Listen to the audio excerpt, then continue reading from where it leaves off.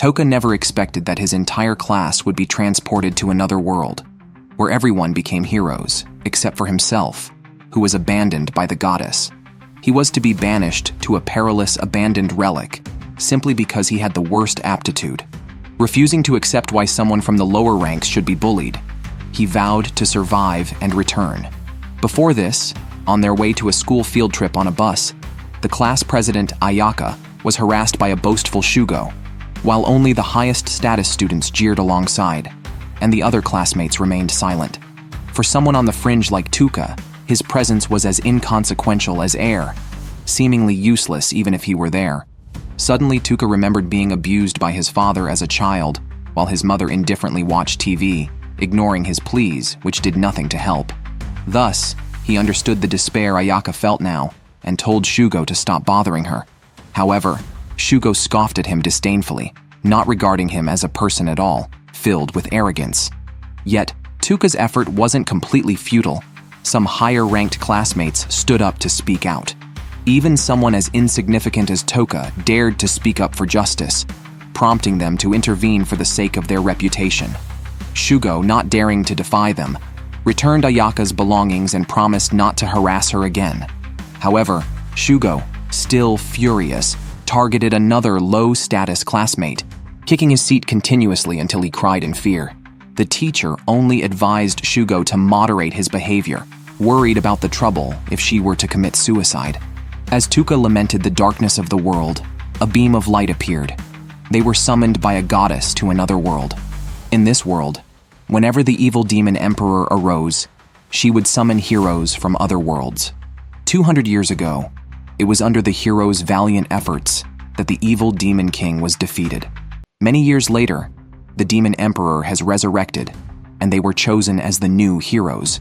The classmates were confused, but under the teacher's guidance, they decided to follow the goddess's lead. The goddess explained that to return to their original world, they must open a reverse portal, which required the element of the evil king. In essence, they must defeat the demon emperor to return. The goddess knelt before them sincerely, pleading for their help in this world. Seeing her earnestness, they agreed to her request. However, being ordinary people, how could they possibly confront the demon emperor? Thus, the time to unlock the world of heroic potential arrived. The classmates all had decent aptitudes, while the previously bullying Shugo was of superior level. Takudo was exceptional, his power shattering the crystal ball. The goddess announced his rank as the highest S-class, and Ayaka's test results were also an astonishing S-class. Subsequently, many A-rank heroes appeared, followed by a third S-rank. This excited the goddess greatly, and she declared that they were the highest qualified group of heroes she had ever led. When it came to Tuka's turn, his test results were shockingly weak, the weakest the goddess had ever seen, and she completely disregarded his rank. Indeed, even in another world, he still seemed utterly useless. However, unexpectedly, a classmate who was also usually unnoticed and had been bullied on the bus awakened to possess the strongest dark energy. Following this, everyone began to practice and familiarize themselves with their new powers. Tuka, checking his panel, discovered his rank was E, the lowest in the class. The goddess then announced a special segment where Toka was brought to the center of the gathering. According to the traditions of this world, the lowest-ranked hero would be sent to an ancient relic. This was somewhat cruel. Survive, and you're free. Fail, and it's likely death. Upon hearing this, Tuka revealed he possessed a skill called Status Abnormality Bestowal, which the goddess dismissed as utterly worthless, a useless skill. Tuka was indignant. Why should he be banished just like that?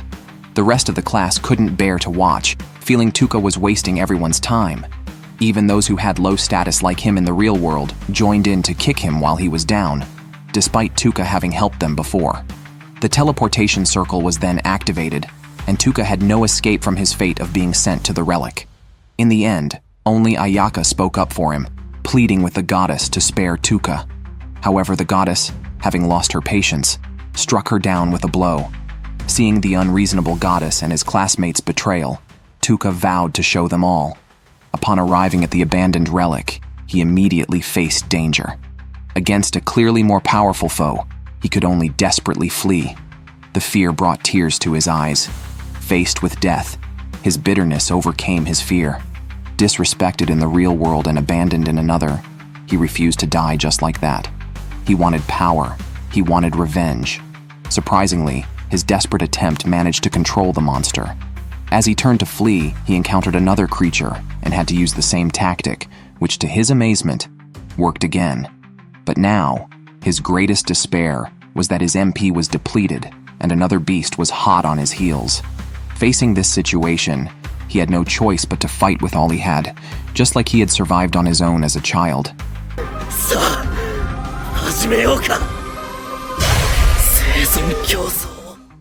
The goddess could never have imagined that Tuka, who was considered a mere E-rank talent and a waste, actually possessed the most bizarre skill in the class.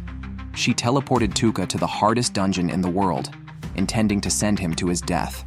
Little did she know, Tuka's seemingly weak toxic skill actually caused damage based on a percentage of health, and he also had a skill that could put targets to sleep, which was used in combination. At that moment, Tuka was being attacked by a group of monsters at level hundreds. Even the goddess herself would probably be toyed with to death in such a situation. Tuka thought he could only use his skills to buy time. Just as his MP was depleted and all the monsters closed in again, preparing for a desperate fight, Tuka suddenly heard the sound of leveling up, and his level soared to 258. It was then that Tuka realized his toxic skill was a noble percentage-based health-depleting ability. Most crucially, since the level increase, his skills could now target multiple enemies. At this moment, the terrifying monsters in Tuka's eyes were just moving experience points. As a large number of bodies fell, the few remaining monsters turned and ran. After successfully dealing with the immediate crisis, Tuka's stomach protested. But it was clear there was no food around. However, he then thought about it. The monsters he had just defeated were just like chicken and beef. So Tuka prepared to cut some meat to eat, but the monster's skin was too tough, and as a mage like Tuka, he couldn't cut through it. Therefore, he turned his attention to the eyes. After struggling with disgust and eating the eyeballs, Tuka discovered they were highly toxic and inedible. No wonder no one could walk out of this place. Just when he felt despair, Tuka suddenly noticed that the bag the goddess had given him was glowing. He opened the bag and found it contained beef jerky and happy water. This item could apparently generate food based on one's thoughts. Initially, Tuka was dissatisfied with the shabby bag the goddess had given him, but now he felt it was the only good thing she had done. After killing countless monsters, Tuka's level rose to over 600. He continued exploring the dungeon and found a large number of human skeletons along the way. Tuka decisively chose to loot the corpses, collecting everything from gems to other items. Gradually, he sensed something was wrong. All these humans were sent here by the goddess, but clearly, these skeletons had been very powerful in life. According to the goddess, weren't all the talents she teleported E-rank? It wasn't until Tuka read a manual left by one of the corpses that he understood that in this world, E-rank was actually the highest talent. Ironically, the goddess feared that they would hold others back, so she sent what she saw as the useless ones here to die. While looting the corpses, Tuka collected many enhancements left by his predecessors, such as potions lost since ancient times, or runes capable of unleashing the power of forbidden spells. He also learned about the boss of the labyrinth. Looking at his own status bar, Tuka, now at level 1200, felt he was strong enough to initiate an attack on the boss. But as soon as he stepped out, his palm was instantly pierced. He hadn't expected the monster to react so quickly. To use his skills, Tuka had to raise his hand and recite the skill name. Now, how would he be able to defeat the boss, especially since his first stealth attack had failed, alerting the boss who had now fully awakened? Instead of attacking immediately, the boss summoned a horde of zombies, each bearing the face of a human who had previously died here. Tuka only used sleep to control them. After receiving so much help from his predecessors, he couldn't bring himself to harm these familiar faces. Little did he know, his helpless demeanor only excited the boss more. But the more excited the boss got, the harder Tuka performed. The boss was enjoying Tuka's despair. At the moment when the boss was most enjoying himself, Tuka unleashed his skill. He had only feigned incompetence to exploit a deadly weakness common among the arrogant. As long as he could hit the target, no matter how much health the target had, Tuka could control and poison them directly. After defeating the boss, the souls that had been imprisoned and tortured for years were also freed. Each one showed kindness to Tuka before dissipating. advising him to make good use of their wealth or skills.